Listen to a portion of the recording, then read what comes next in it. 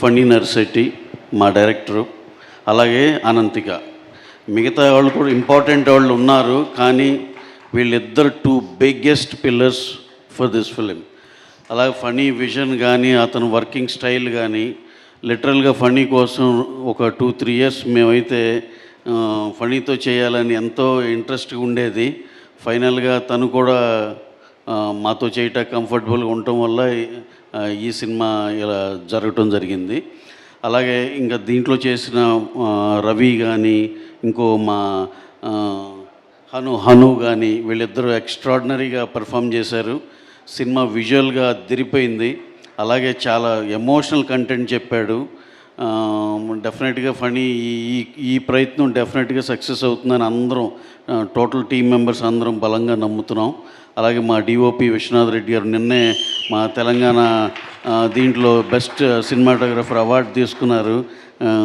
Editor Shashank, అలాగే master Anji master, అందరూ ప్రతి ఒక్కళ్ళు పేరు పేరున స్వరాజ్ గారు, అందరికి పేరు పేరున కృతజ్ఞతలండి. ఈ సినిమా మీరు మీ బెస్ట్ పెర్ఫార్మెన్స్లు, మీ బెస్ట్ టాలెంట్ని బయటికి ఇచ్చినందుకు.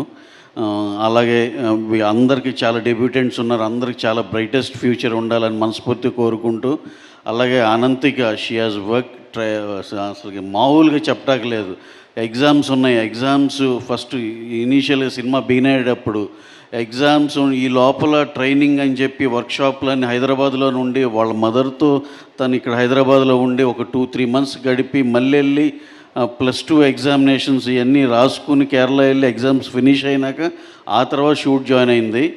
అలాగే చాలా చాలా హార్డ్ వర్క్ చేసింది తను ఈ ఫణికి తగ్గట్టు ఎంతో కాలం అన్వేషించాడు ఈ క్యారెక్టర్ కోసం. Classical dance as well as martial arts వచ్చున్న అమ్మాయే కావాలి అని. ఇండియా మొత్తం ఎదిగితే ఒకే ఒక పిల్ల ఉంది, తనే అనంతిక.